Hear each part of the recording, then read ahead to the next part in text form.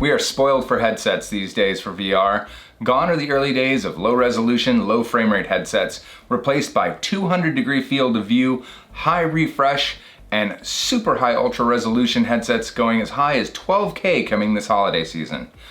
I'm Ron Burke, editor-in-chief for GamingTrend.com, and I want to address the one thing that hasn't evolved very much: controllers.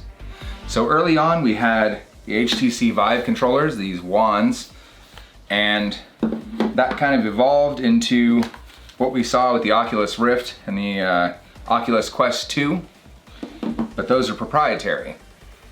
We finally got to Valve's Index with their knuckle controllers, and now Pimax wants to challenge by basically putting all of the best parts of all three of these together with the Pimax Sword.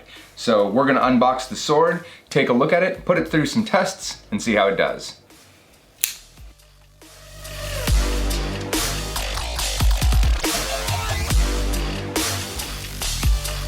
So right out of the gate, there's something I already like above the Knuckles controllers. Now I love the Knuckle controllers. These are absolutely my favorite. But there's one serious flaw with this particular controller. Once the battery is dead, so is the controller. Certainly there's warranty options and you can crack this open if you've got the skills, but it's certainly not easy to replace. With these Sword controllers, happy to report that they use an external battery that you can swap. Now I'm actually familiar with this particular battery. The NPBX1 is for Sony cameras. This is actually a very highly rated lithium-ion X battery. So you can replace these when they eventually develop some sort of memory or they start not charging as much as they might need to. These are, if memory serves, 1250 milliamp batteries. So it will be interesting to see how long they last during normal use. So let's crack these open and put them in.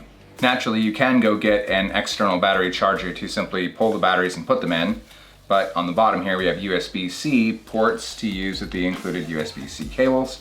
They are USB-C to USB-A, so you can simply plug these into your PC and charge the Sword controllers. I'm gonna do that and we'll be right back. Now that I've had a few hours with the Sword controller, I wanted to take a look at its closest competitor, which would definitely be the Index controller, and see what sort of differences and what sort of similarities we can see between them. So first and foremost, this material here, it seems to be the same exact material. Even the size of these little buttons here and this strap system, very, very similar and very similar construction.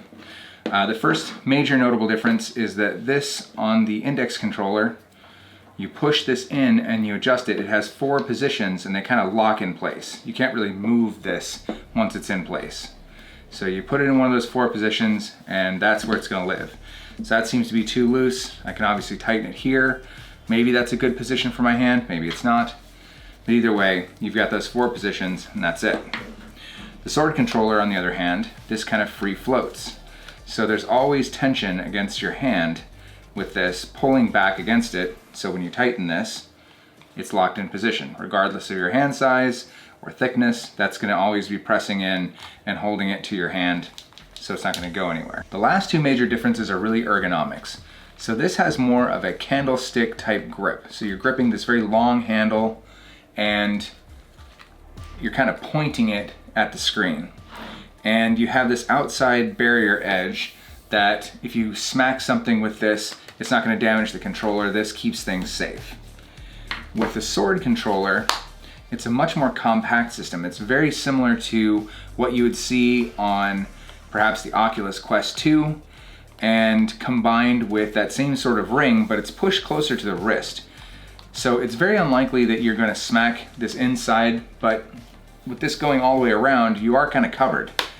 So you're really covered from all sides with this ring, and it's a more compact design. So it seems less likely that you're gonna bump into things than this more extension of your hand candle grip style.